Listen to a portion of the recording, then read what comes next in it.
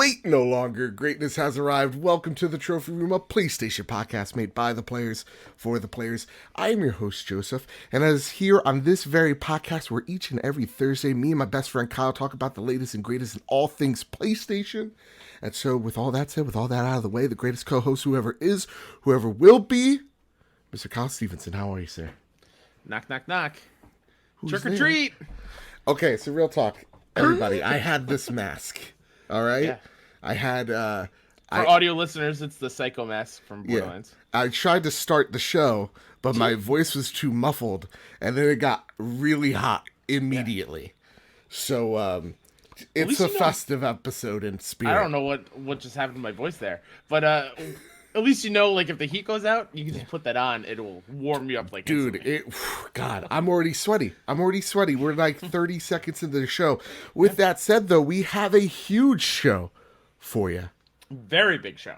We have the PlayStation 4 is officially the second highest selling home console ever. We're going to talk about Death Stranding on PC. We're going to talk about Last of Us delays, Watch Dogs delays, all the delays. PS Now surpassing 1 million subscribers. But before we talk about that, sir, Yes, you sir. know what we talk about each and every week to begin the show? It's a little I segment think I it's like to call yeah.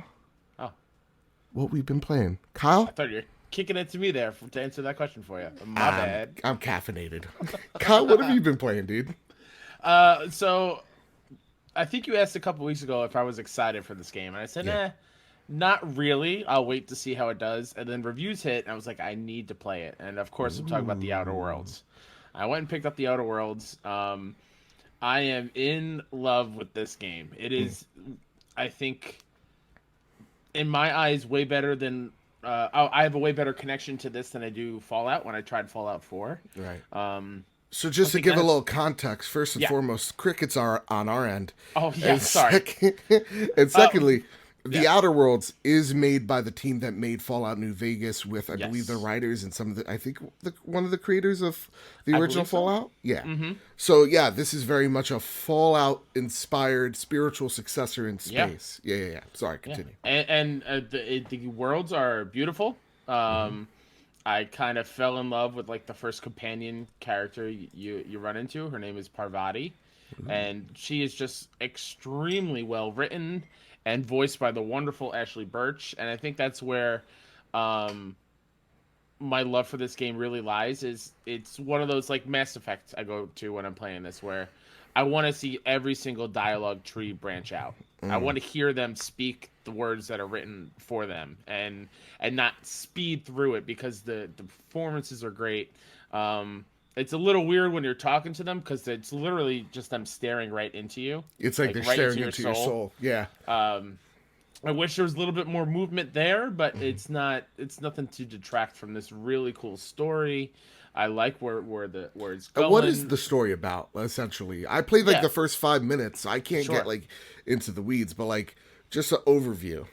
Yeah, so basically you are one of the colonists that are on the Hope ship. I can't remember the actual number, but you are basically frozen, and what's it like for hyperspace? It's You're in like hyperspace stasis? travel. Thank you. That's what I was looking Yeah. for. Like you're frozen in stasis, so you can wake up and help out in the future at some new colony that you're gonna go build and start for people to go there to live and make better lives for themselves. And this weird, crazy scientist wakes you up, and he can only get you up because the authorities are on his tail. He's like a wanted fugitive. Yeah.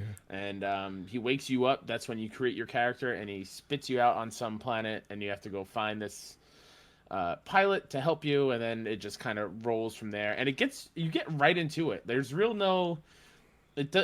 there's not a whole lot of tutorial there. Right.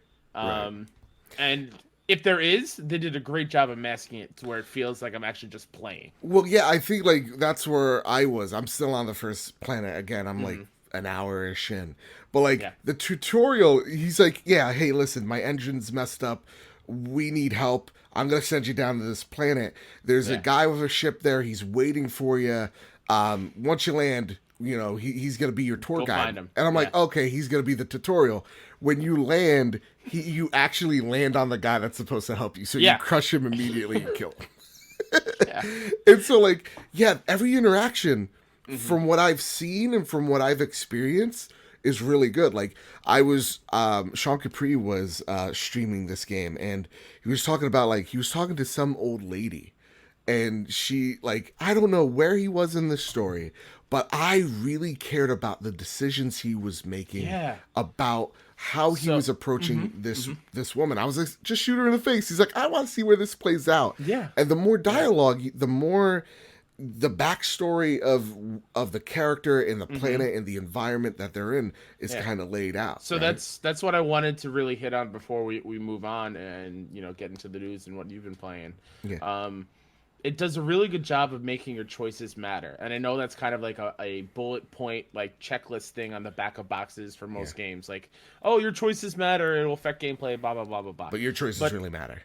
at the end of this first world, of course, I'm not going to spoil anything, but I was leaning one way, like Hmm. completely. I was leaning one way to do this to save a certain group, and my companion Parvati walked up and she was like, "Hey, I want to really I want to talk to you to just really think this out," and she put like some real world like stuff in front of you, gave you some information that made me switch completely.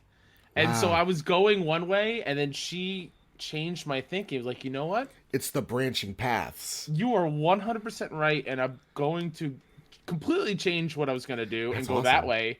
And I think what ended up with is a way more satisfying That's awesome. part of the end of that first world. At least Yeah. I don't know if we go back there, but the end of that, I'm very happy with how it was left. That's really cool. Yeah. And the combat as well. This is very Yeah. much Fallout-esque Yep. combat, I have a but little couple nitpicks there. Like, what are they? I don't when you get hit, it Okay. doesn't feel like I'm getting hit, so I don't know when Mm. my health is going down. Okay. I wish there was some sort of like screen shake or something. If there Right. is, it's not really a whole. It's not noticeable. So I've died a bunch because I can't tell when I'm getting hit. Yeah, no, Really. that's a really good. Yeah, there's not a lot of like red around the screen that tells you if you're hurt or No, not. no, Not like no. turning black and white when you're about to Hmm. die type of stuff. But I love the skill trees and bumping up into like hacking and medical and leadership and all that fun Dude. stuff. And so like this is all about like capitalism to the Yeah. nth degree. Like Yep. it's just a bunch of corporations that pretty much run the whole deal. So kind of seeing that Spacer's like choice. yeah, Spacer's choice. I love that. Everybody's motto. So it's insanely unique. Yeah. It really much takes the like you see it's a Fallout-ish, spiritual Yep. successor, but like Hmm. it really turns it really turns a good look at how we view capitalism in a very in a very pessimistic way, Yeah. right? And Absolutely. yeah, what I really love about this is the combat itself feels so freaking good. Where Fallout, to me, my disconnect with it was the combat was too janky. It Hmm. just kind of felt obtuse, where this kind of feels a little bit smoothed out around the edges. So I Definitely. want to see where we take this game in the next few weeks when I get more hands on with it. But Absolutely. Yeah. yeah, just the choices, the dialogue, the story alone has me wanting to go back Yeah. into the Outer Worlds. With that, I've played Call of Duty, but we're going to Ooh. talk about my thoughts about that later. First and foremost, we're going to start with the first goober on the list, sir. And that is Kyle, take it away. Nicole Carpenter over at Polygon writes, Death Stranding coming to PC in 2020. Just over a week until Death Stranding's PlayStation 4 release date, Kojima Productions has announced the game will come to PC too. Kojima Productions tweeted this morning that Death Stranding will be available on PC in early summer 2020. Sony is publishing the game on PS4, but 505 Games will publish the PC release of Death Stranding. 505 Games did not say where Death Stranding will be sold. Quote, we are extremely excited and honored to be working with the supremely talented team at Kojima Productions and to bring Death Stranding to PC gamers around the world, 505 Games CEO Rafi Galante said in a statement. Death Stranding will take gamers through a completely original experience that will delight PC gamers everywhere, end quote. That's awesome. And now, when this news came out, I heard a lot of people saying that there was a whole lot of uproar, that people were really upset that Death Stranding was also coming to PC. Yeah. And I was sitting here dumbfounded. We've talked about this when it Same. was a rumor, quote unquote. Yeah. Kyle, we've known this was coming to PC since they Yeah. announced their partnership. Mm-hmm. Why is there outrage? I really don't know. I'm part of the club of, as long as people get to experience cool games, I'm 100% all for. Right. Like, yeah, when it comes to like games like Spider-Man, sure, it's kind of like funny, like haha, you could only play it on PlayStation type thing. Suck it, dorks. But like for games like this, like the fact that they're taking Death Stranding and you can play it on PC now, just like what they're doing with PS now, where you can play God of War on a PC, like it just opens it up for more people to experience these really cool games. And I hope Death Stranding is one of those cool things. Yeah. But I mean, more gamers getting to play more games is, I think, what we all want, is it not? And at the end of the day, I asked the audience over on Twitter at PS Trophy Room. I said, what are your thoughts on Death Stranding coming to PS4 and PC? 18% say still getting it day one. 61% say it doesn't affect me. 6% say yes, it's a little shady. And then 15% said I canceled my pre-order. I'm done. I'm out of here. Yeah. And our listener thoughts, where our good friend, it's just Ray. I got you, Ray. He says, I still really, really want Death Stranding, but I picked up Call of Duty Modern Warfare recently, and that's pushed Death Stranding back to December for me. Hopefully I could avoid spoilers. Trust me, Ray. Trust me. We still won't know what the fuck this game is. The trailer came out today. It's 7 minutes long. Haven't watched it. I saw the whole thing. Yeah. I can't tell you. I can't tell you anything. We're too close. I don't want to watch it. Maya Dula, she says, or they say, I don't know. I got my deluxe pre-order and patiently waiting for it. That's awesome. Nice. I can't wait to see what that steelbook looks like in my hands. And then Andy Gonzalez going all in. He's getting his PlayStation 4 Pro limited edition and collector's edition baby pod. Yeah, that's what I did for Spidey. Damn. I went all in, yeah. Damn. Awesome. Yeah, that's what we did for Spider-Man 2. So, listen, people are still hyped for it. I still have my $200 edition pre-ordered, right? Okay. Are you wavering? I am wavering.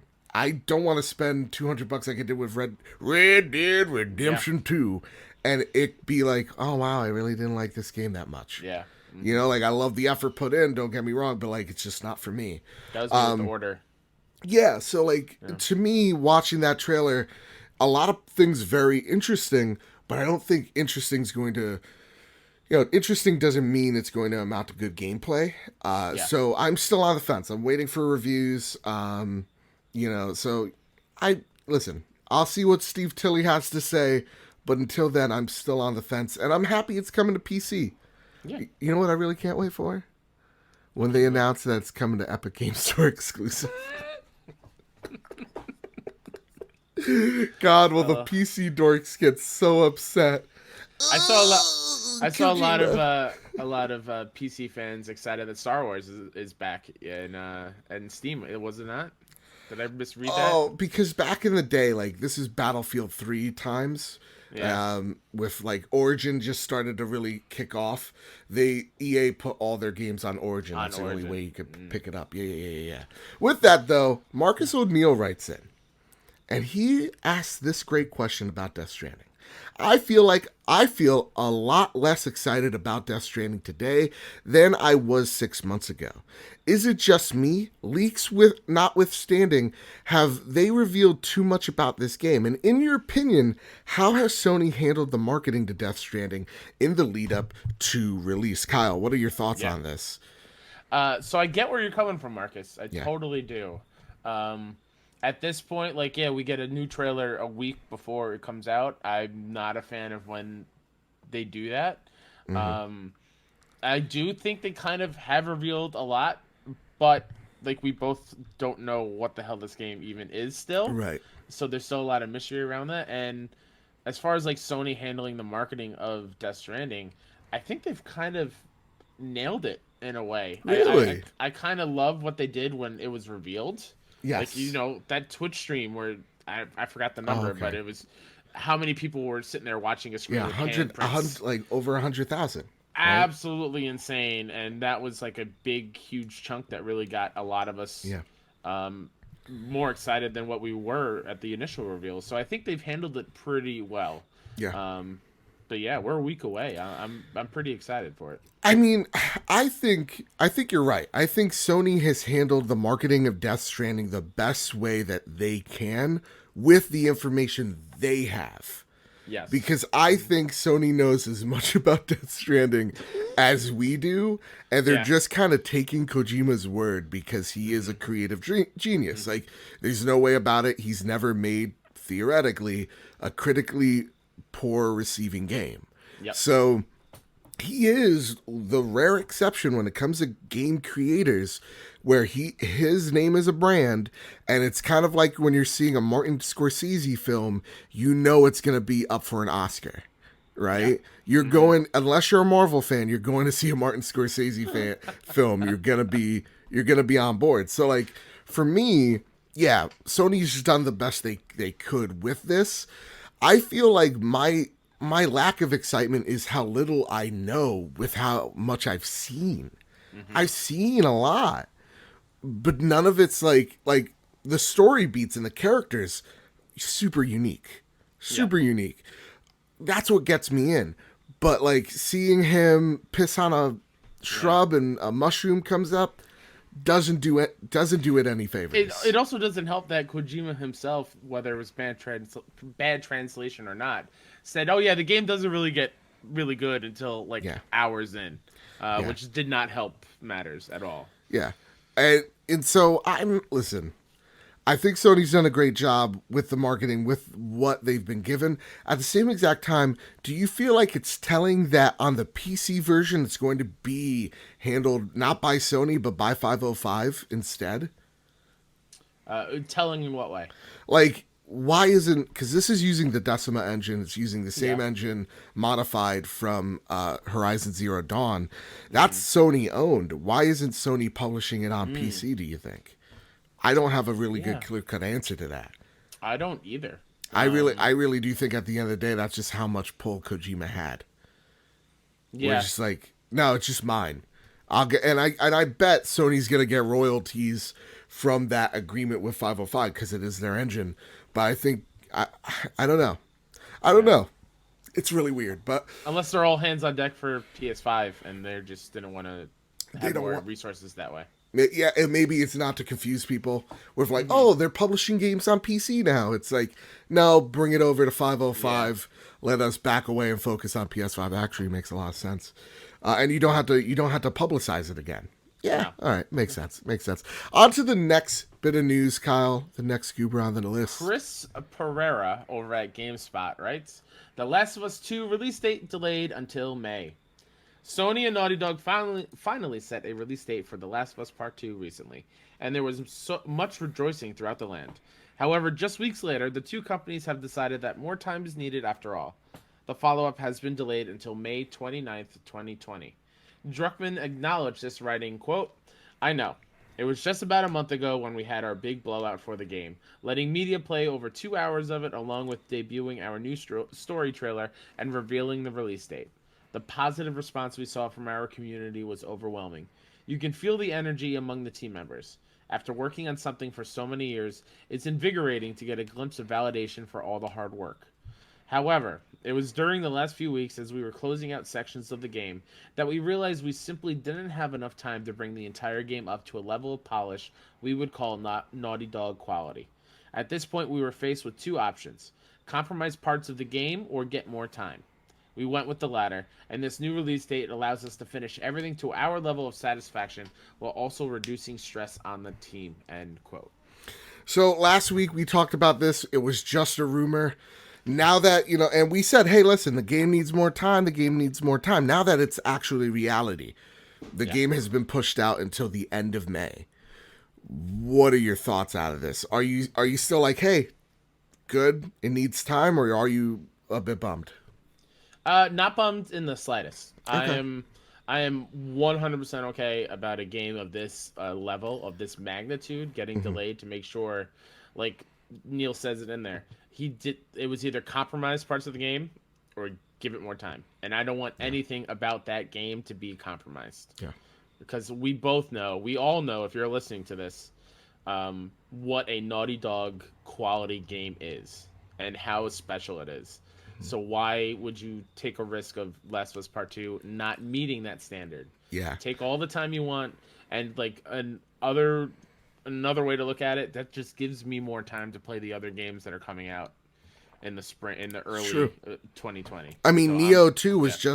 just revealed that the date is March 13th, and I'm very interested in Neo 2, which we'll talk about in a bit. But like, I'm very interested in that. I was very interested in Final Fantasy, Yeah. and now that I don't feel rushed, I'm actually kind of relieved. Hmm. I'm also very relieved it's not coming out during Cyberpunk. Yes. I'm very relieved, and it's coming out after the fact. You know, a Hmm. month afterwards. I think that's perfect time. 2 weeks Yes. after Avengers, though. I don't yeah, I don't think that's a huge issue. You know, yeah, No. different games. All right, cool, And cool, plus, cool. Last of Us is a Sony exclusive. Yeah, Avengers is not. and I Like, think they're gonna own May when it comes to advertising both games. yeah, That is absolutely. very And much leading true. up to E3 next year, you have Last of Us like coming out right beforehand. Yeah, Yeah, that's pretty great. yeah. I listen. I'm really pumped for this game. I am not. I'm not sad in the slightest. I'm just curious what happened. Yeah. Like there must have been something that was a hiccup, and like a week after they announced it, and they were like, "Fuck," and they looked Yeah. at in the code, and they saw that one Jenga piece, right? And they were like, Mm-hmm. "Oh Mm-hmm. no, Mm-hmm. oh no!" When Ellie stabs this thing in the face, the whole game breaks and explodes. So Yeah. I'm really curious what happened and how they were able to say, "Hey, this is how much time we need. Hey, this is what our testers found." Yeah. And I wonder what the talks were like.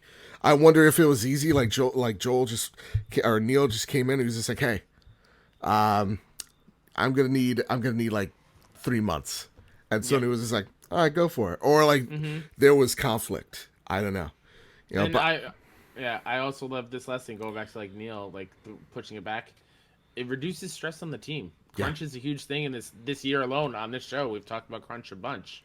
Ooh, I'm rhyming there right there. Bunch of Crunch is my favorite theater I was food. I was about to say shout out to Bunch of Crunch. You dude, But like yeah, anytime these super talented people don't have to stress out as much yeah, creating a game and get to go home to their families and stuff is a win for me. yeah. And you know what, Kyle? What's At up? least that gives me more time to play Watch Dogs Legion. Wait, what's Yeah. that? What? Wait, Kyle, could you read the next goober for me? Yeah, that's so weird. This also comes from Chris Pereira over at GameSpot.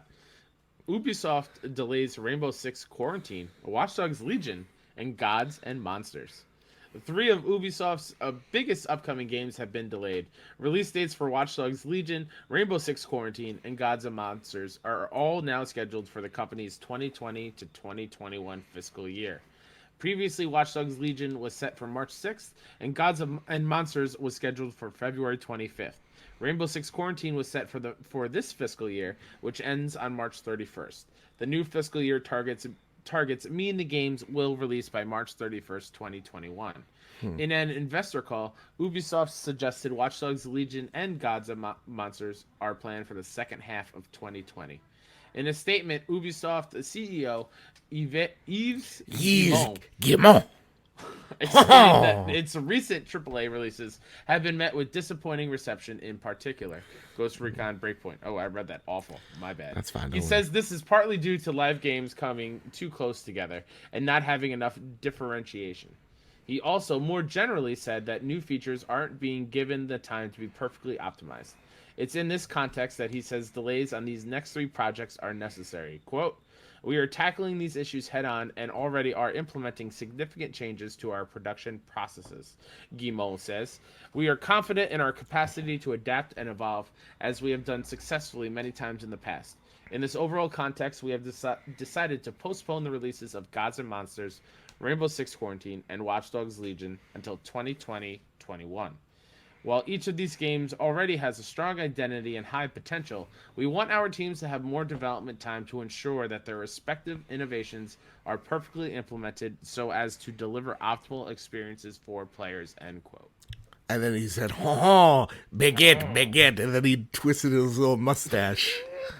And then he took off his chef's hat and he ran. Then he brought the rabbits out and Yep. Miyamoto came out and they just Yep. played Just Dance for hours. So, okay, what weird news. Like, this was back-to-back with The Last of Us delay. And I was literally saying it to myself. It's like, oh, The Last of Us delay means I can play Watch Dogs Legion. I'm very excited for it. And, like, once that thought entered my brain, my eyes received the message that was, this has all been delayed. All their games. Yeah. And even like he is a demon. He even said that when he was talking about Breakpoint that just released back early October or earlier this month, and he called it the launch a disaster because of how just buggy and broken that game was at launch. And now they're promising a whole bunch of bug fixes, but I like what he says here too. There's like there was too much saturation and shit that looked the same, like Division 2. You got Borderlands and Destiny. Well, not just that, but like when I'm looking at the portfolio this year alone out of Ubisoft, you had Division 2 and Breakpoint. Both of these games look the same. And so if I'm just a casual observer, I'm looking at this going, oh, they're the same game. Oh, this is like an expansion. Now they're in the jungle or something. Like, I don't know. You know? That's what I'm thinking. So I like what he says here, and I like how transparent he's being, where it's just like, yeah, no, we fucked up. And he's owning it. I like this. But it does show that there is a worry, right? Like things maybe the wheels aren't churning as they're supposed to at Ubisoft. Are you getting worried? Because this generation, for the most part, I mean, like ever since maybe the Watch Dogs 1 fiasco, Ubisoft's gotten better this generation. I feel like they have been, for the most part, for a big AAA, on point. Yeah. Does this worry you leading into the next gen?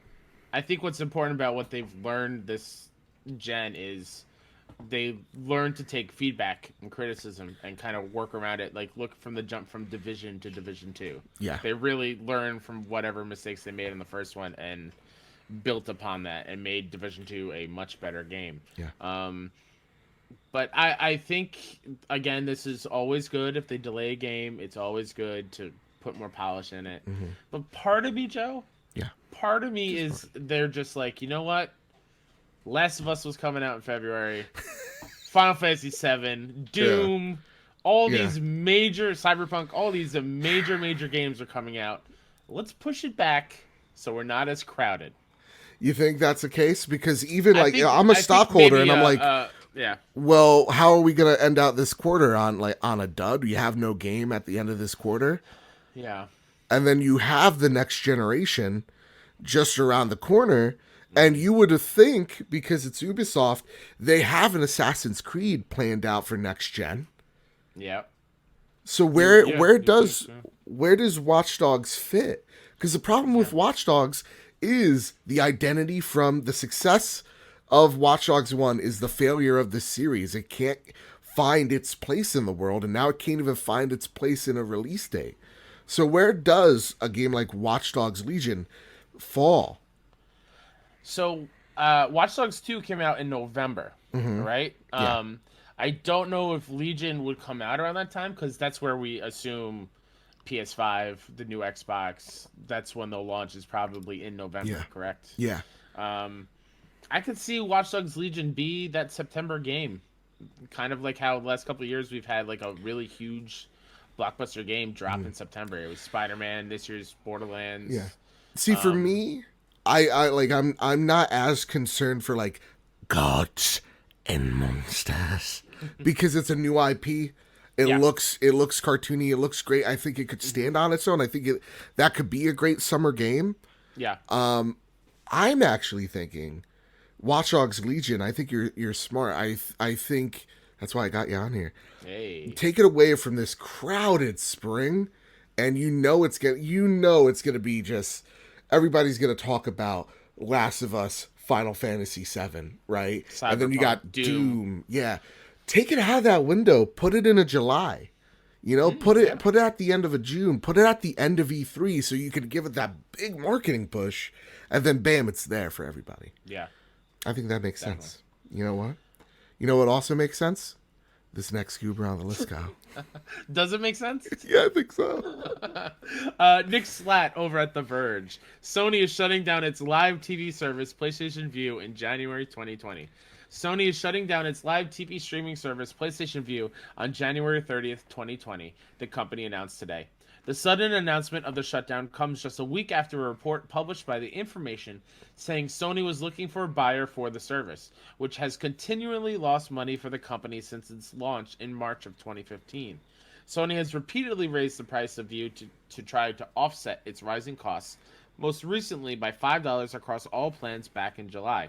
Quote, unfortunately, the highly competitive pay TV industry with expensive content and network deals has been slower to change than we expected. Because of this, we have decided to remain focused on our core gaming businesses, Sony said in a blog post announcing the shutdown. PlayStation fans can continue to access movie and TV content through the PlayStation Store on PS4 and via our partnerships with top entertainment apps, end quote. PlayStation Vue launched 4 years ago as an early competitor in the so-called pay TV market, which is a restructured form of cable made popular by companies like Sling. Like most other vendors, Sony offered a skinny bundle of channels with the option to add more premium ones, like sports and entertainment channels, by paying a higher monthly subscription fee. After the price hike, the entry-level Vue plan costs about $50 a month.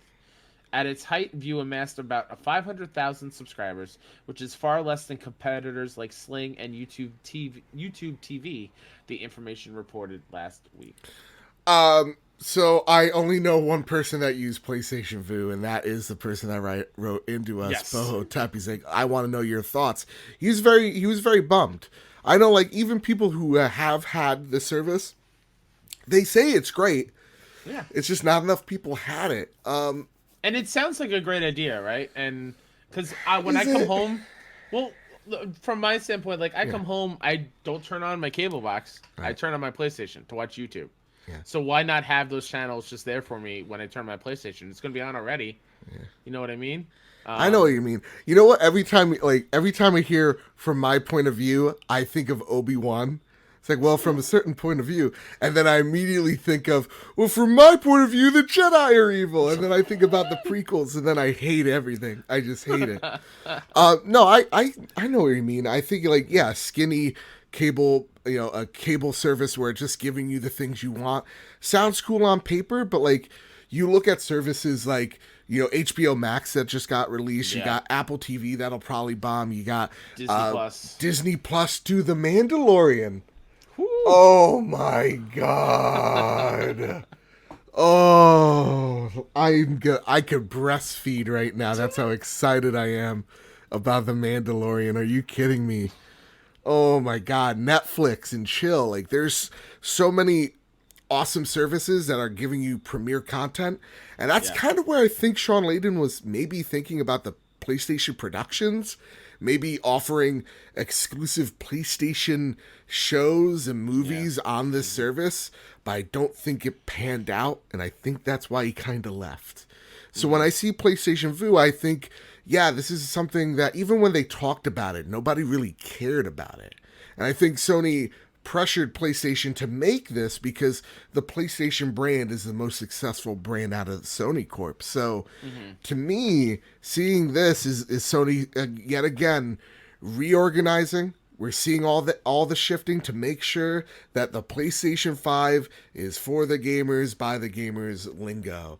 And seeing this move, though it sucks, people are definitely going to lose their jobs.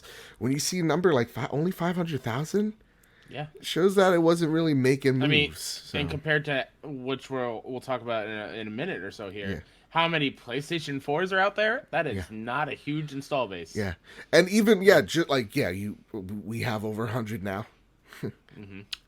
It's great up here up top. You know what I mean? Looking down on you, Xbox owners. I'm kidding. But yeah, no, it is something like the service is even on, if I'm not mistaken, on things like Apple TVs, and it just didn't pop off. So I think with like sucks, stuff with this whole pay, what do they call it? The pay by TV? Yeah. Pay TV market? Yeah. there's a lot of competition. I think everyone and their mother has a paid TV option. And I think that's who you're going after when you're coming with these plans. And when you're saying PlayStation, you're immediately thinking millennials and kids. And I'm not thinking, where can I get A&E? You know, where can I get the History Channel? You know, if I'm a mom, that's what I'm thinking. I like how you went to A&E as your go-to there. Oh, there's a reason. They went to my school. And Oh, so, okay. yeah, there was like an intern fair and they were there. And I didn't care for it, but they made a huge deal about it. That's awesome. Yeah. With that, Kyle, sure, PlayStation Vu's dead, but Yeah. something is on the rise. Over at PS Lifestyle, my best friend, No, Brianna my Reeves. best friend. She's my best friend. I've known her for years. Brianna Reeves, right? Well, your best friend, Brianna, also my best friend. Sony reaches the 1 million milestone with PlayStation Now subscribers. Yeah. Apparently, the recent slash in pricing has been a boon for Sony's PlayStation Now. The game streaming service presently sits at 1 million subscribers.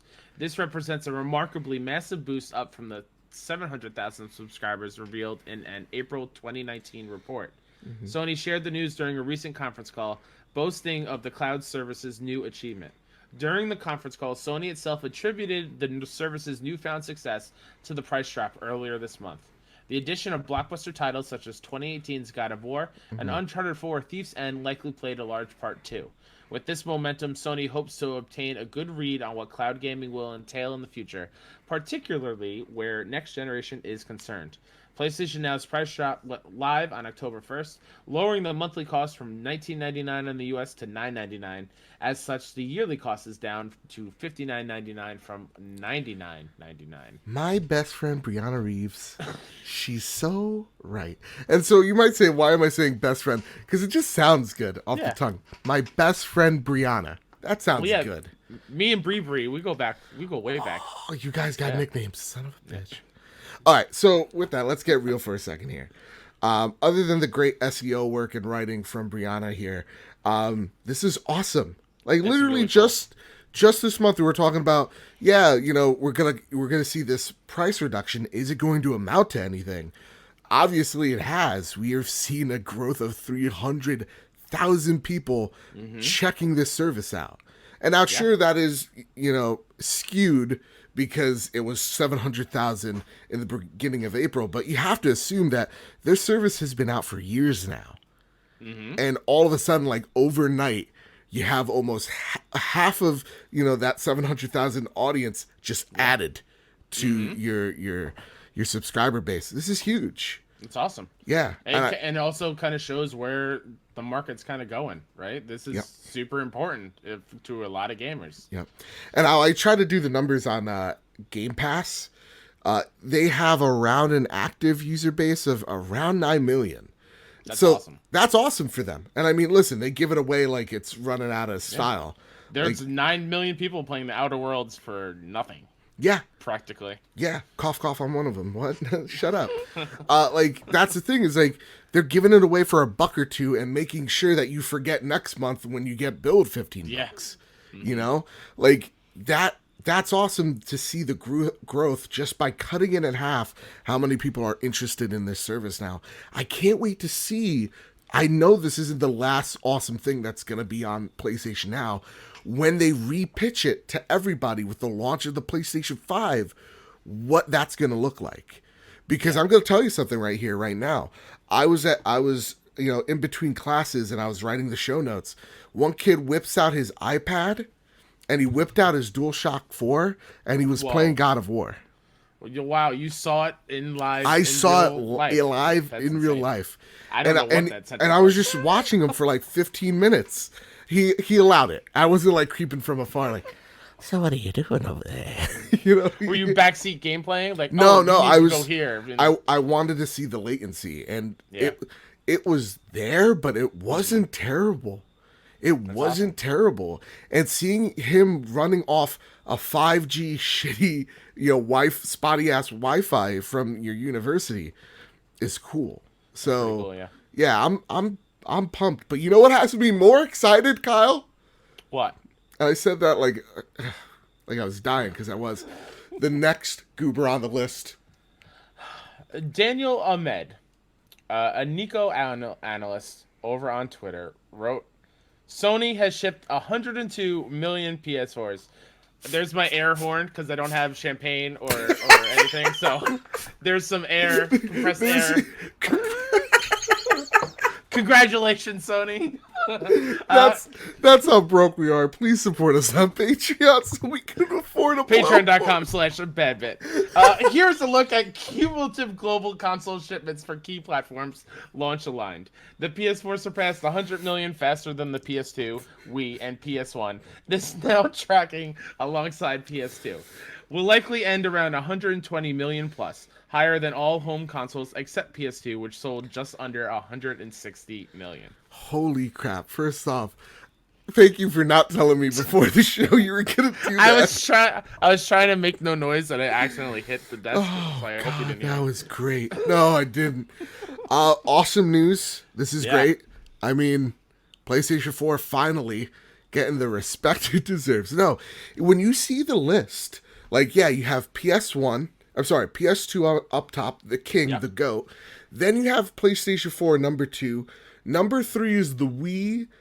And then number 4 is, I believe, what is it? The PS1. And then number 5 is the PS3. If I'm not mistaken. And just seeing that list, just seeing how many times PlayStation has made it in the top 5 consoles sold, that's super freaking impressive. Now with that, it's just Ray writes in, just like you can too, at PS Trophy Room or on the Casa de Bad Bit Discord server. He asks this: with Sony filling for a patent/trademark for the PlayStation 6, 7, 8, 9, and 10, while surely this is just a preemptive measure and doesn't guarantee those names for the future consoles, does that give you hope that Sony fans won't have to endure some horrible naming catastrophe akin to Microsoft, oh boy, Xbox One, you know, the third Xbox, or the Nintendo Wii? I'm going to add right there, Ray, Wii U?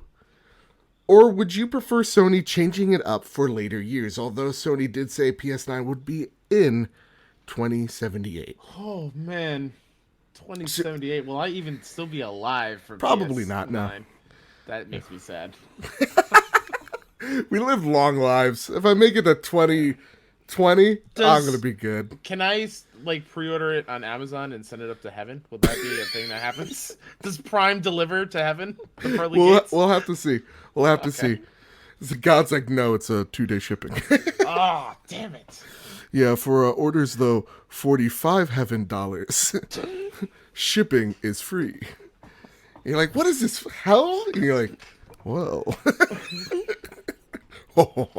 No, yeah, I saw this, and I thought, what a great way to squeeze this into the talk we had. Yeah. Don't confuse your base.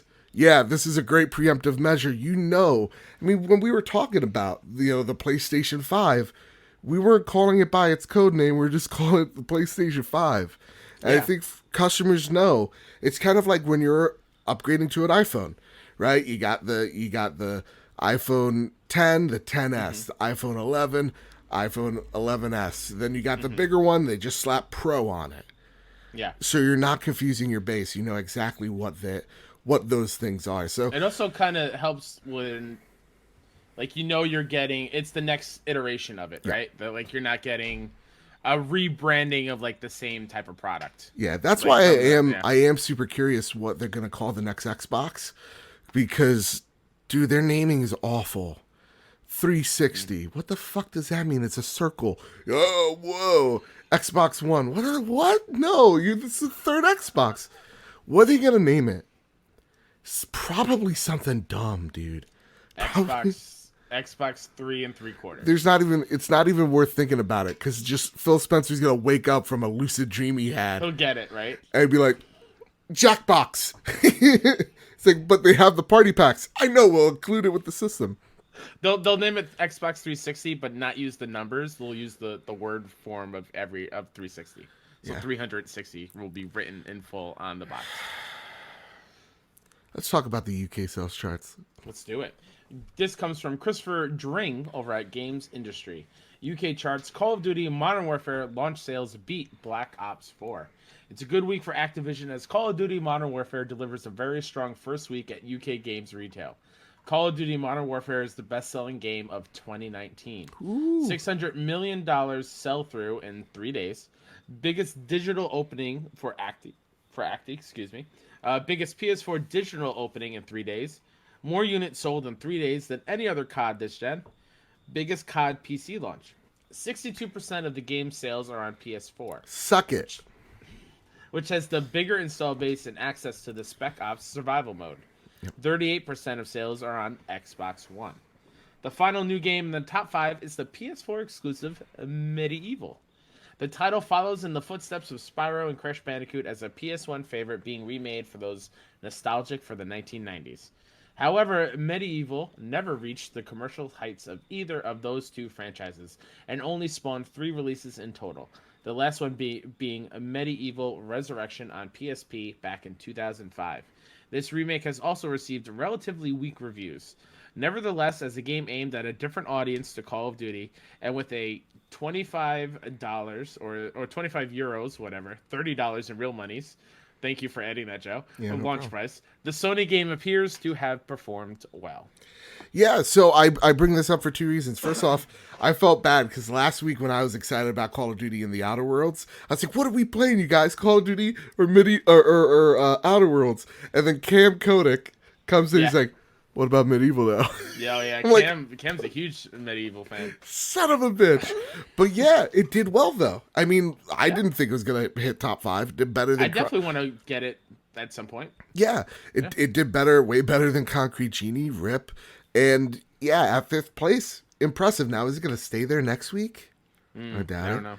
It is awesome that we said, we did, I remember this weeks back, we said it was going to be about a 6 or 7. That's what the reviews are trickling in.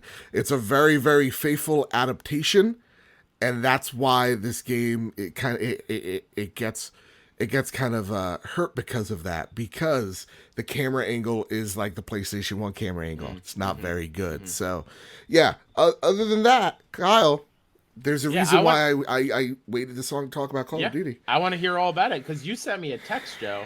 It was a couple days ago. You're like, Kyle, I can't believe I'm going to say this, but Call of Duty might be my game of the year. And I wrote back, are you ill? Do you need to go see a doctor? Kyle, this game's It's really good. that good? Oh, This wow, game's I'm really excited. good. I'm excited. Listen, I'm a COD kid.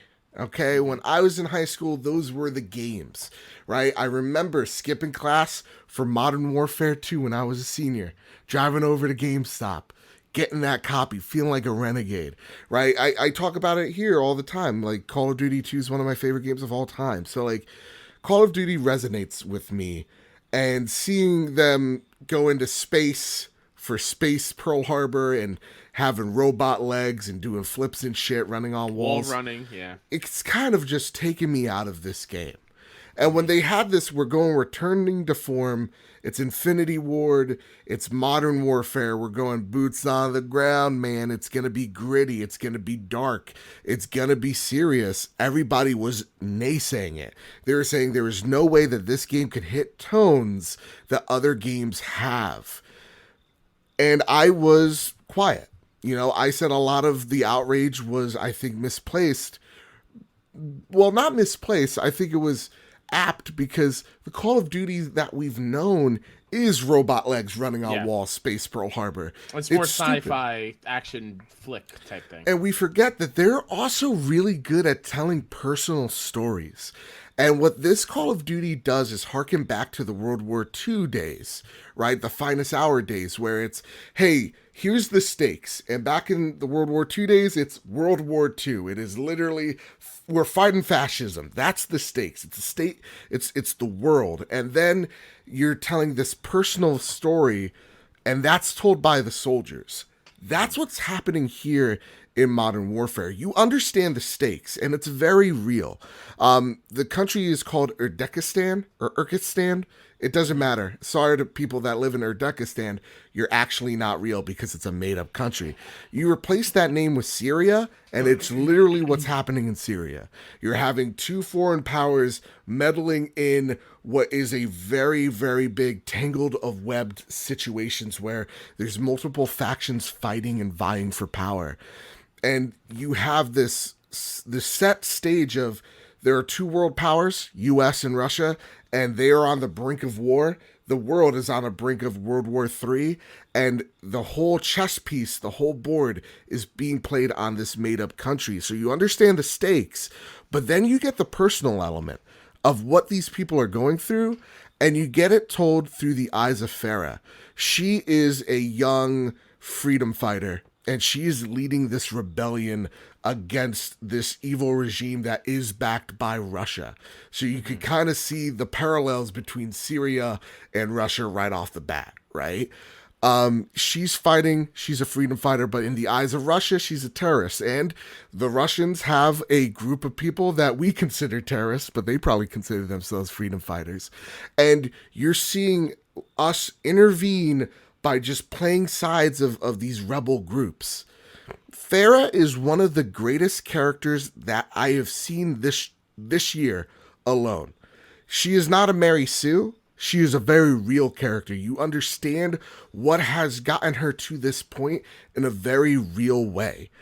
You see how she's been turned into an innocent girl into a hardened warrior, and it makes total sense, and you feel for her. The whole entire campaign is also taken from real life events like Benghazi. There is a part where you have a military leader and he's looked at as a freedom fighter, and everybody's rushing the embassy, and you're trying to escape with him, and things are going to shit. It is tense. And when it comes to, you can shoot real civilians, adds an extra layer of tension that nobody wants to do that. And there's an excellent part where in one of the levels, there's this huge firefight where the enemies have purposely shot out the lights, and you have to use flares in order to see them. Oh my God. Yeah. And you're seeing cars pass through, but you don't know which cars are civilian cars or which cars are the enemy cars. Oh, and there's one part where the fight is stopped, it's settled, and it's tense. And you just see one car going up the road, and they're just like, that could be a car bomb. Yeah. Do we take the shot? Oh, man. My heart's already racing. And then it just stops. And then the car just keeps going. It's just a person escaping. They're like, it's that tense. And there's even a part where you're in a hospital and people are like running back and forth, and you're just like, I'm not firing. You're actually waiting, just like in war, for the enemy to fire at you to fire back. Mm-hmm. I've never seen in a mainstream game that is meant to talk to everyone and paint in a broad brush, them tackle these hard issues incredibly well. Like there is even I hate to say the word homages, but there's even going back to the Syrian bombing and gassing of their own people. You see the white helmets, right? The people, the volunteers that rescued people. You see that. Mm-hmm. You see that firsthand. You see the government gassing their own people. It is real. It is uncomfortable, but they do it with a layer of respect that I respect, because when I see that, they're not glorifying it. It is literally, this is kind of what's happening. And that's what I've kind of liked with the old Call of Duties I liked what they were doing with it, and it made me appreciate it, and it made me research it, and it made me understand what was happening in World War II and what the stakes were. Just like in the Modern Warfare, this game, I can see someone looking at it and going, holy shit, I want to look this up because it's based on a real event. No way has it really happened. And when you see that, it changes you. The Call of Duty campaign is tense, and it is something where, like, you know, our good friend Luke Laurie is just like, I need to take a break. My anxiety is shot. Like it. The gameplay is excellent. The story is on a personal level. It hits, and it does it with enough respect. Mm-hmm. When we get to the multiplayer end, it's Call of Duty multiplayer. You're going to love it or you're going to hate it. Mm-hmm. When we talk about White Phosphorus, you understand where I feel about it. When you have a 30 kill streak, you unlock a nuke and you end the game. Right? Yeah. I see a lot of my liberal friends meeting this with a lot of sarcasm because I believe they were proven wrong. This does it with a lot of respect. Yes, there's controversy to it. There's some shady shit that the Russians do in the game that in real life we did to people. I get it. Game's not perfect, but we're hearkening on it to make a big deal out of it to make sure we were right. At the end of the day, what I think this does is kind of show in a very, again, for the most part, sometimes it's heavy-handed, but in a respectable, real way. So it sounds to me this was this Treyarch? No, this was Infinity Ward. Infinity Ward. Yeah. So it sounds to me like leading up to release, they really wanted to hit the nail on the head of really nailing the realism of what it's like being in these kind of situations. And it sounds to me like they hit that. I understand when people are when we heard the early impressions of I was uncomfortable. Because there are parts where it's you're uncomfortable. It's kind of like walking out of the Joker movie, right? Walking out, I was just I don't know if I not to the same extent. I don't know if I like this movie, but I'm uncomfortable, and it's making me think. You know, so what does that mean? At the end of the day. So for me, I really, really love this game. Again, multiplayer aside, you're shooting people. You're shooting guns. It's desensitizing. I get it. All forms of media are desensitizing violence. I don't see a lot of the criticism that some of our friends are saying, and it's fine to disagree. At the end of the day, though, I think we can't ignore how amazing the single player truly is. With that said, Kyle, let's get to the next story. Sure. Our best friend Brianna Reeves over at PS Lifestyle is back again. EA plans to deliver exciting remasters between early 2020 and 2021. The remastering of beloved classics Bug. You got this. Classics Bug. Oh, got it. Okay, let me restart. Okay. It did not make sense as I was reading it. The remastering of beloved classics Bug hit the industry several years ago and has yet to slow down. One publisher fans were hoping would catch on is Electronic Arts. Command & Conquer seems a nice first step, yet it appears EA may have its sights on other classics too. During fiscal year 2021, which is from April 2020 to March 2021, the company plans to produce exciting remasters of fan favorites. The publisher relayed this information during a conference call with investors, so it's not a fluke. Not much more detail was offered on the matter either. With Command & Conquer Remastered serving as EA's first outing in this space, there's no telling which direction the company will head next. Fans, however, are likely hoping that some of the more recent classics will receive remasters.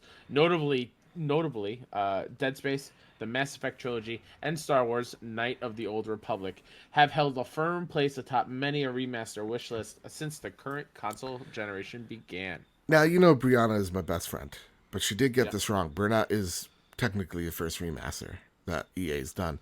Oh, that's true. Brie, sorry. We also use that nickname for each other. No big deal. Oh, wow. Because, real best friend. Anyway, Kyle, do you think this is a way for EA to get back in good graces with gamers after what has been a horrific generation for them? Yeah, and I not just so much as getting back in their good graces, but I think with hearing how Jedi Fallen Order is coming along and what it's looking like, I think this will continue the upswing in our love of EA and coming back and trusting them if they do really follow through with this, because this is, to me, some of the most exciting stuff that I'm looking forward to. Yeah. For me, I definitely think it's them saying, okay, listen, we messed up a lot. Let's hit them with the nostalgia. Let's remind them of why you love us, and hopefully they'll ignore why none of these series are still happening. I did a poll, Mr. Badbit. I don't want to do too many polls on PS Trophy Room. The number one remake/remaster people would like to see. Let me guess. Okay. Because I did not see it. Okay. My guess is Mass Effect. Ooh. Are you ready? I'm ready. With 49% of the vote, and don't worry, you can still be president with 49% apparently. The Mass Effect Collection. Yeah. Yeah. That would, dude. And then, that's all I want right now. Yeah. And then, my best friend Adam Bankhurst, I don't like to brag, but we're best friends as well. He says Mass Effect times Infinity. It also needs to come onto the Switch. God forbid. Oh my God. God forbid. Man. Dragon Age. with only 5% of the vote. Mm-hmm. Hot dang. And then, what should have won, put it up there, lighters in the sky for this baby, Dead Space, with 36% of the vote. It was the second highest. Mm-hmm. And then last but not leastly, Skate got 10%. Okay. And yeah, like Mr. Moody says, I voted Mass Effect, but Dead Space would be great as well. And then and then Grouchy Surge, just staying on brands, is like, fuck Mass Effect. First one was so shitty, I quit the series. And then he puts in the quotes, I have the Steelbook Collector's Edition somewhere. Nathan says SimCity. Rarity Gamer says option 5, new installments. Oh, ooh, shots fired right there. And then Johnny Murder, at least that's what the ladies call him, because he kills it with the ladies. SSX Tricky. Okay, so yeah, I was waiting for you to go through those because here's my dream, right? Okay, obviously Dead Space and Mass Effect Trilogy are way up high on my list. Yeah.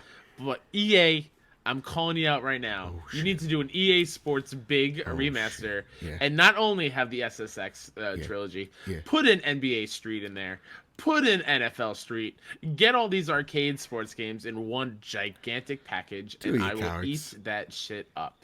Do it. You won't. Oh my god, I want a new SSX so bad. And just even the old ones. Give me Tricky. I will play that for hundreds of hours. Dude, give me Star Wars Jedi Fallen Order already. And then just top it all off with the day afterwards. I'm watching Mandalorian on repeat. Just like I've been watching that latest trailer. Jesus Christ. IG-11. Insert into my veins, you attractive little robot, you. Anyway, what's that? Shut up, feelings. Kyle, the last goober on the list, sir.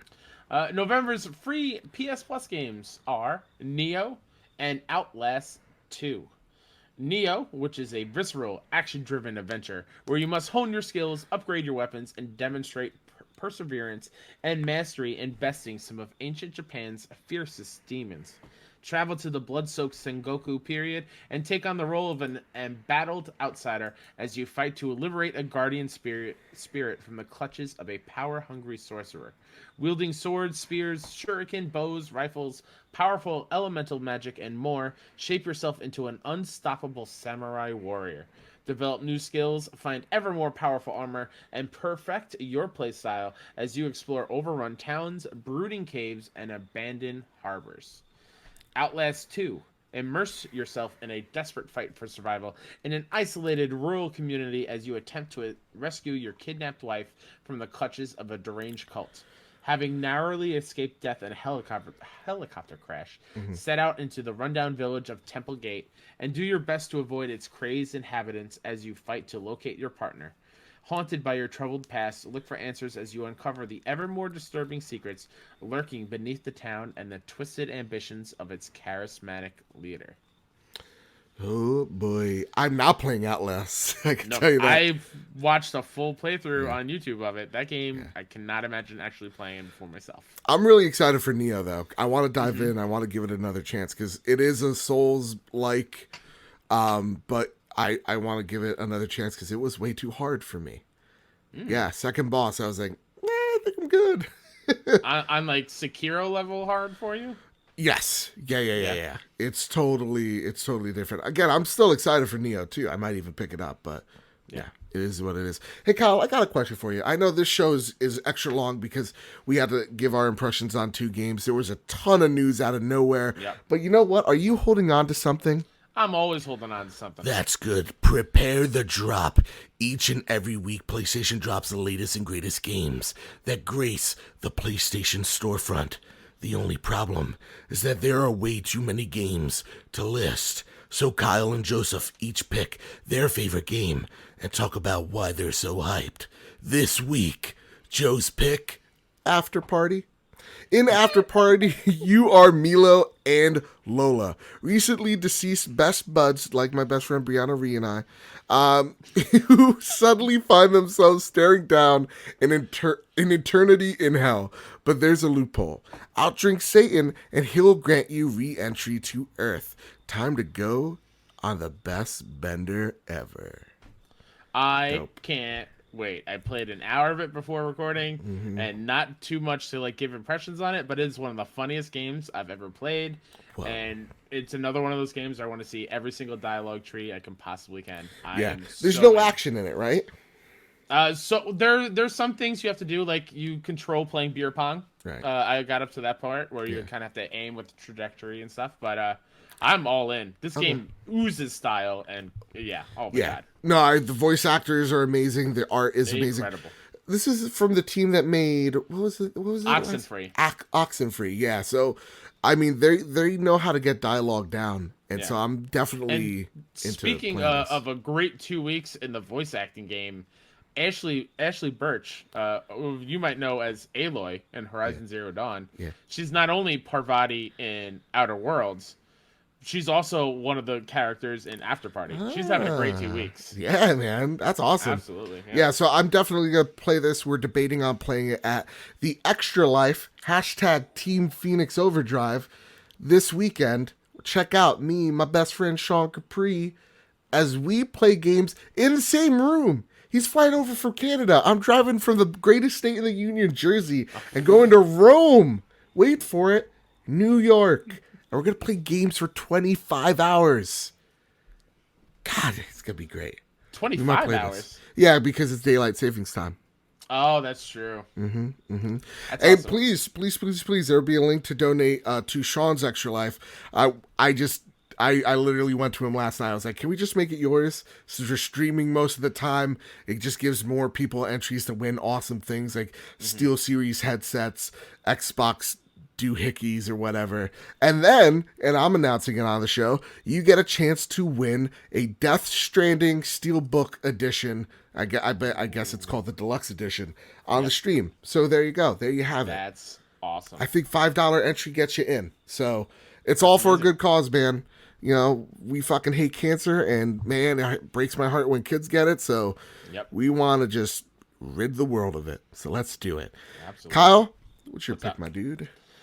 My pick is, speaking of nostalgia, Disney classic games Aladdin and The Lion King.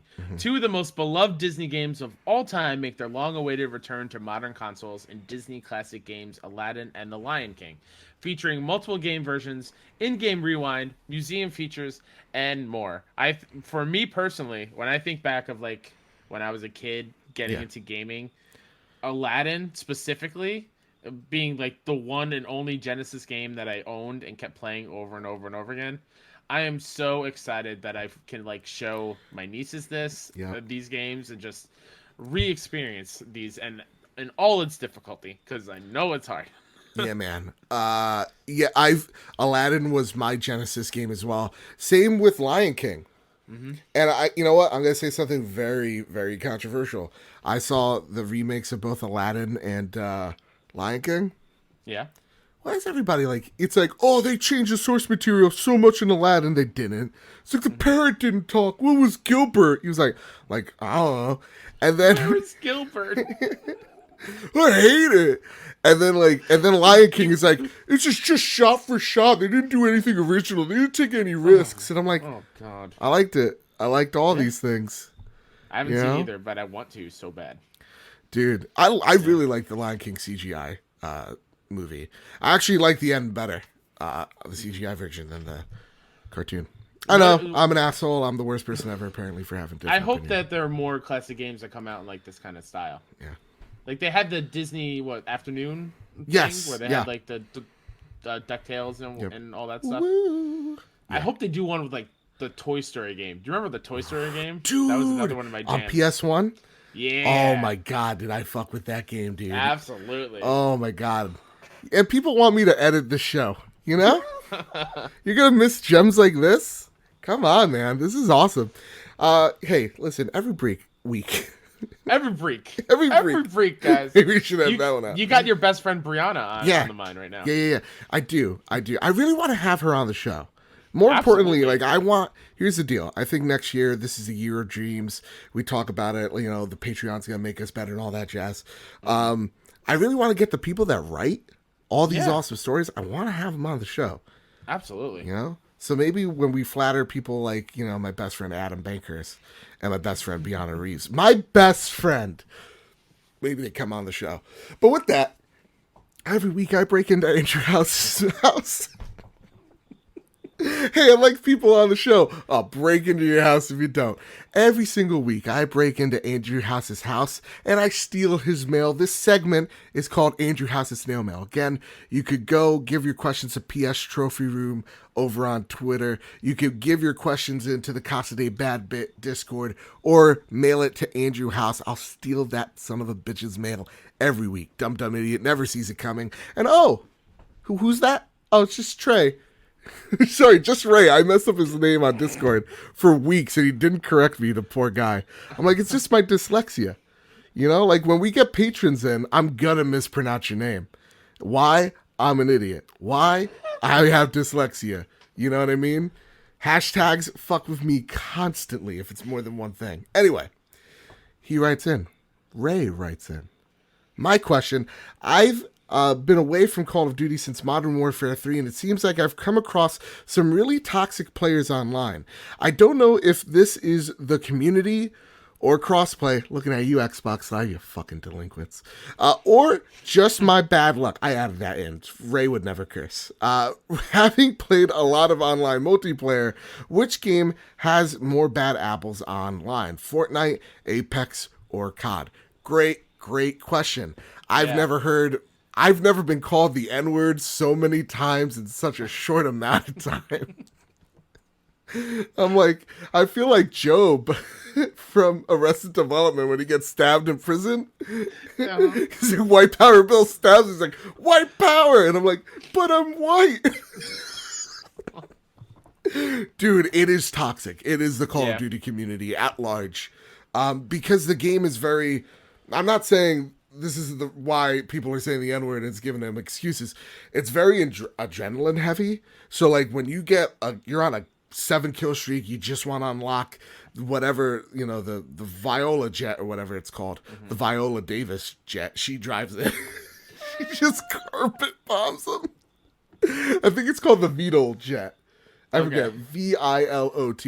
Anyway, Viola Davis drives in and she just wrecks some fucking fools. And you're right on that kill streak. You're right about to call her up and you die.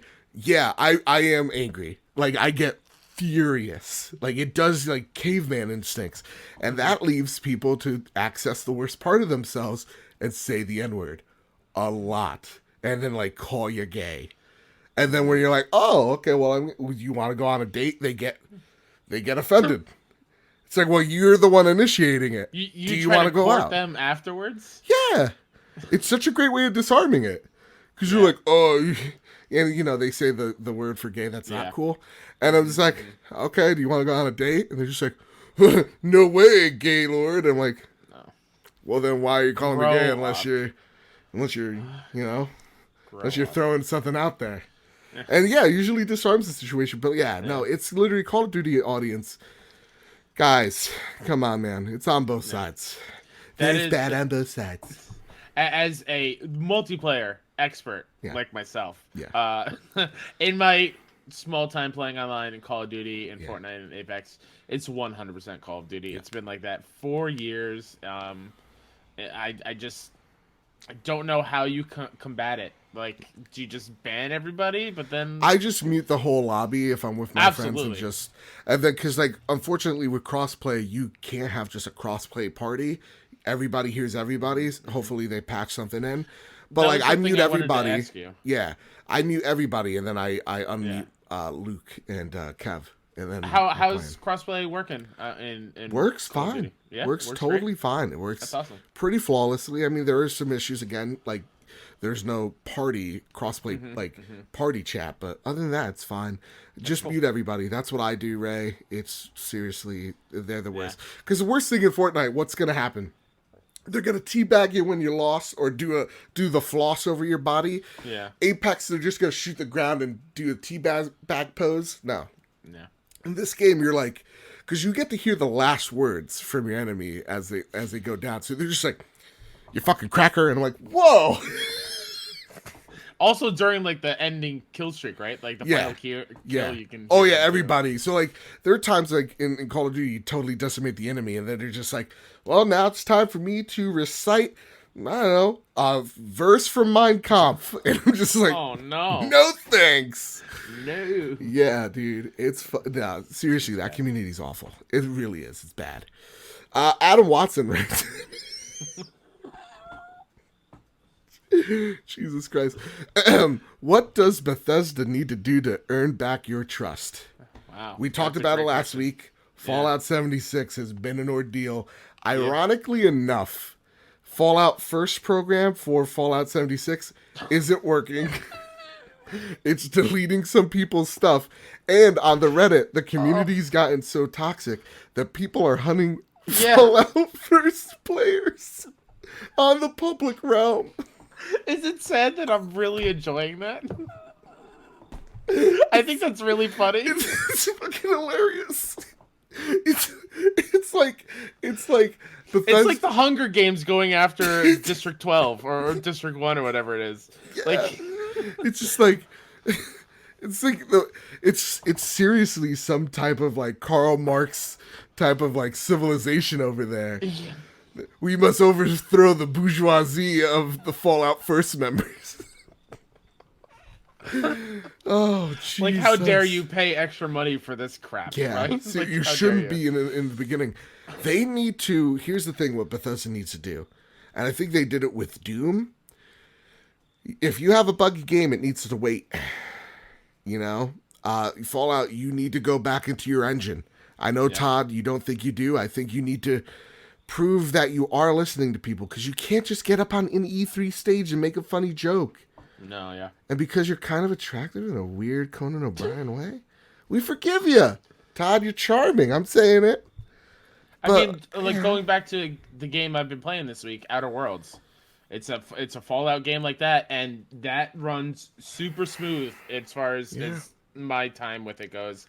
And having played Fallout 4 as being my only Fallout experience, um, that game I ran into a lot of stuff yeah, very early on, and it never really stopped. yeah. It was charming at first with Skyrim and like Oblivion and stuff, but like Yep. over time we're seeing the polish of games like Witcher 3 and it just outdoing you. You're seeing it here with the Outer Worlds, right? Yeah. Like a company that wanted to keep making Fallout games couldn't do it. They made their own iteration, spiritual successor, whatever have you, and it is so much better than what you've put out recently. It's shocking. And honestly, if I'm Bethesda, I'm fucking embarrassed. I'm embarrassed. Yeah. You know? I think as far as what they need to do to earn back my trust for real is give me a good look at what Starfield is, because that is what I'm super excited about. I want to know if I can trust you with handling something of that kind of magnitude, I guess, Yeah. because it sounds real big and it's Yeah. right up my alley, like a space, exploration thing. That's what I want them to really nail that, and just let Machine Games do a proper Wolfenstein, a new That's true. Wolfenstein game, not this Don't Youngblood, come which we were super don't excited come to about. E3. Also, don't Yeah, just stay low. Skip a year. You don't need to be there. It was exciting when you first came and showed everybody how fun it was, and now it's just like it's just another press conference, right? We don't really believe what you're selling us, and half of it's mobile games. So I know, but hey, you know what? That's been the trophy room for this week. I know it's been a bit of a longer show because we had a lot to talk about. Thank you for sticking with us. And hey, gang, if you liked what you heard, please rate this show 5 stars on iTunes. It really does help us out, builds and grows this big, awesome community I love so freaking much. Looking at the numbers today, looking at all the people writing in that I didn't know a year ago, man, does that make my heart sing, and I can't be more grateful for you. But absolutely. before we go, Kyle, what is anything you have to pimp out? As always, I'd like to plug myself, WhoDatNinja73 on Twitter and on PSN. My show all about the best friends of the Kind of Funny community. That show's called Best Friends Talk Funny at BFS Talk Funny on Twitter, wherever you listen to podcasts. Rate it 5 stars. Hit me up if you want to be on the show. I have another fantastic episode next week going up with Jacob McCourt, who does I believe it's Left Behind Game podcast. I need to remember that better. But he awesome Canadian best friend. I had a great time Ooh, sitting down with him. And then if awesome. you're in the New York area, follow at Kinda NYC to meet up with some best friends in real life. And Bam. go, like Joe mentioned, go donate to Joe's Extra Life page with Sean Capri Yep. and Bobby, the Nintendo Yep. Guru, and a lot of super awesome people that are going to be there that I'm super jealous that I can't make it out for. But you guys are going to kill it. I'm going to tune in and support you as much as I can. It's awesome. Support anybody. You know, like our good friend Absolutely. Antonio, the Mega Dads are doing awesome stuff, right? Go donate. Yeah, you could donate to our Extra Life as well. Just make sure we stomp out cancer because it's Yeah. stupid and I hate it so much.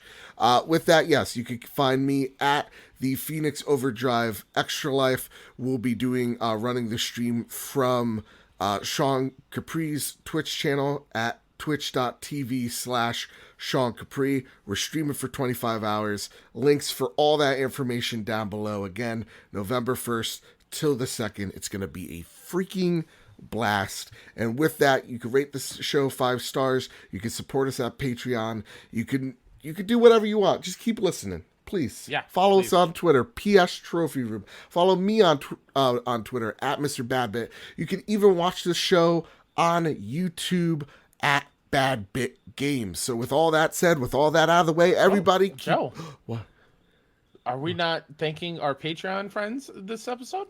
And before we leave, I'm new at this. This is the first week. Again, we introduced the filibuster, okay? Phil Spencer breaks in here. He's a part-time intern here at the Trophy Room. He says, Joe, I got a list of all the amazing patrons that are supporting the show at patreon.com/badbit. And the list goes as such. And again, I'm sorry if I mispronounced your name. It's Phil Spencer's fault. He spelled it improperly and not phonetically, so it's his fault. God damn it, Phil. Can't do anything right, Phil, huh? That's right, walk away. Walk away, give me a coffee. Give me a coffee, Phil. One thing I'm sorry. I'm so sorry, guys. I didn't want you. I'm sorry. That's not a part of me I want to see. Anyway, our patrons, Aaron Doherty, Adam Kaz, Alex Van Aken, Andrew Farman, Antonio Guillen, Brandon Myers, Daniel Welsh, Garrett Bland, Catherine, Jesus Christ, I can't pronounce it. Again, Phil, you son of a bitch, come back here. You're in trouble. Let me just tell you, you're in trouble. Luke Lord, Marcus O'Neill, Matthew NG, Mr. Moody, Nathan McErney, Patches Plays, Ribo Flavins, Sean Capri, Stephen Fontana, Tim Mothiof. Thank you all so much for supporting us on patreon.com/badbit. You help the show happen. So with all that said, and with all that out of the way, everybody, keep hunting and keep playing PlayStation. Phil, back in the corner or you're going to get sprayed.